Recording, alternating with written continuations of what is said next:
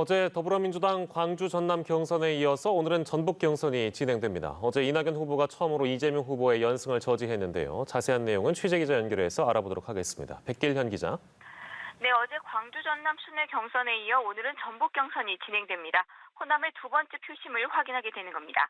어제 경선에서는 이낙연 후보가 이재명 후보의 연승을 저지하고 처음으로 승리를 거뒀습니다.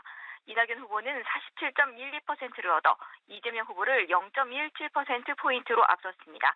어제 결과를 두고 양측 캠프의 해석은 엇갈렸는데요. 이재명 후보 측은 광주 전남이 이낙연 후보의 안방인데도 격차가 0.17%포인트에 불과했다는 점에 주목했습니다. 그러면서 오늘 전북 지역의 경우 광주 전남과 달리 다시 승기를 가져올 수 있을 것으로 예상하고 있습니다. 이낙연 후보 측은 일단 첫 승에 의미를 부여하고 있습니다. 기대보다는 누적 격차를 좁히지 못했지만 전북에서도 기세를 타 2연승을 기록한다면 결선 투표 가능성을 살릴 수 있을 것이라는 계산입니다. 현재까지 누적 득표율은 이재명 후보가 52.90%로 1위를 유지하고 있고 뒤를 쫓는 이낙연 후보는 34.21%를 기록 중입니다. 두 후보의 누적 득표차는 여전히 11만 표에 달하는데요. 오늘 전북 경선에서 이재명 후보가 과반을 넘기는 승리를 하게 된다면 다시 격차를 벌려 결선 투표 없는 본선 진출에 한 걸음 더 다가서게 될 것이라는 분석입니다. 이낙연 후보가 어제에 이어 2연승을 하게 된다면 앞으로 2차, 3차 슈퍼위크가 남아있는 만큼 마지막 바람몰이를 기대할 수 있을 것으로 보입니다. 오늘 전북 경선 결과는 오후 6시쯤 발표됩니다.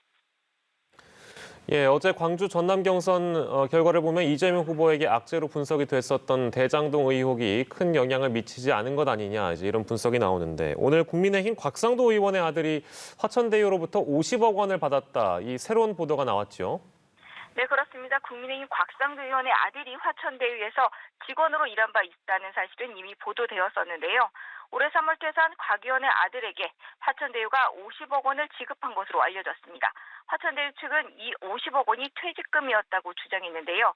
조금 전 곽 의원의 아들 곽모 씨가 입장문을 내고 자신은 치밀하게 설계된 오징어 게임 속 말이었을 뿐이라고 말했습니다. 곽 씨는 입사 이후 약 200에서 300만 원대의 급여를 받고 일했으며 수익이 가시화된 이후 2020년 6월 퇴직금을 포함해 5억 원의 성과급 계약을 체결했고 2021년 3월 퇴사하기 전 50억 원을 지급받는 것으로 성과급 계약이 변경되었다고 설명했습니다. 또 원천 징수 후 약 28억 원을 올해 4월 30일경 계좌로 받았다고 설명했는데요. 곽 씨는 성과급, 위로금, 그리고 퇴직금이 과하다고 말씀하시는 분들이 분명히 계실 거라고 생각한다면서도 아버지가 화천대유의 배후에 있고 그로 인한 대가를 받은 것이라는 것은 사실이 아니며 수천억 벌 수 있도록 만들어 놓은 설계 문제라고 항변했습니다. 이재명 후보 캠프의 대장동 TF 단장인 김병욱 의원은 기자회견을 열어 철저하고 신속한 수사를 요구하고 나섰는데요. 직접 들어보시겠습니다. 국민의힘에게 묻습니다. 곽상도 의원의 아들이 받은 50억 원의 실체는 무엇입니까? 토건 세력이 이재명 후보의 초기 완전 공공개발을 저지한 국민의힘에게 준 대가성 뇌물이 아니고 무엇이겠습니까? 그러면서 특검과 국정조사는 시간만 소요되고 정쟁화될 우려가 크기 때문에 진실규명을 위해서는 현재 수사 중인 수사기관에 맡기는 것이 낫다며 특검 수사에는 선을 그었습니다. 이낙연 후보 역시 페이스북에 글을 올려 모든 의혹을 남김없이 밝히고 법에 따라 처리해야 한다며 화천대유를 중심으로 복마전처럼 얽히고 설킨 비리의 사실도 명명백백하게 밝히고 정의롭게 처리해야 한다고 말했습니다. 국민의힘 대권주자들도 일제히 비판의 목소리를 내고 있는데요. 윤석열 후보는 일반 상식에 비춰 대단히 이례적인 만큼 이 문제도 특검 수사를 통해 규명되어야 한다고 말했고 원희룡 후보도 당장 특검과 국정조사를 실시하자고 말했습니다. 최재형 후보는 이에 덧붙여 공익감사도 청구하자고 말했고 유승민 후보는 보도가 사실이라면 당 지도부는 곽 의원을 출당 제명하라고 요구했습니다. 국민의힘은 오늘 오후 5시 비공개 긴급 최고위를 열어 이번 사안을 논의할 예정입니다. 국민의힘의 경선도 한창 진행 중인데 오늘은 3차 방송토론회가 진행이 된다고요?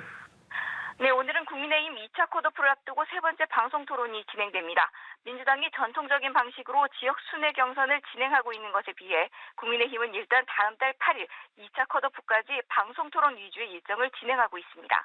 지금까지 진행된 두 차례 토론회에서는 윤석열, 홍준표, 양강 후보를 향한 맹공이 쏟아졌고 여기에서 후보들의 크고 작은 실수들이 나오면서 계속 논란이 됐습니다. 지난 토론회에서는 윤석열 후보의 외교안보 공약 등이 표절 시비에 휘말렸고 이를 유승민 후보가 파고들면서 양 캠프 간 감정 싸움으로 번지기도 했고요. 또 청약통장 개설과 관련해 윤 후보가 집이 없어 만들어보지 못했다는 발언을 해 현실을 모른다는 비난을 받기도 했습니다. 국민의힘은 오늘 이후 세 차례 더 토론회를 개최한 뒤 다음 달 8일 여론조사 70%, 당원 투표 30% 방식으로 8명의 후보를 4명으로 압축할 예정입니다. 지금까지 국회에서 전해드렸습니다.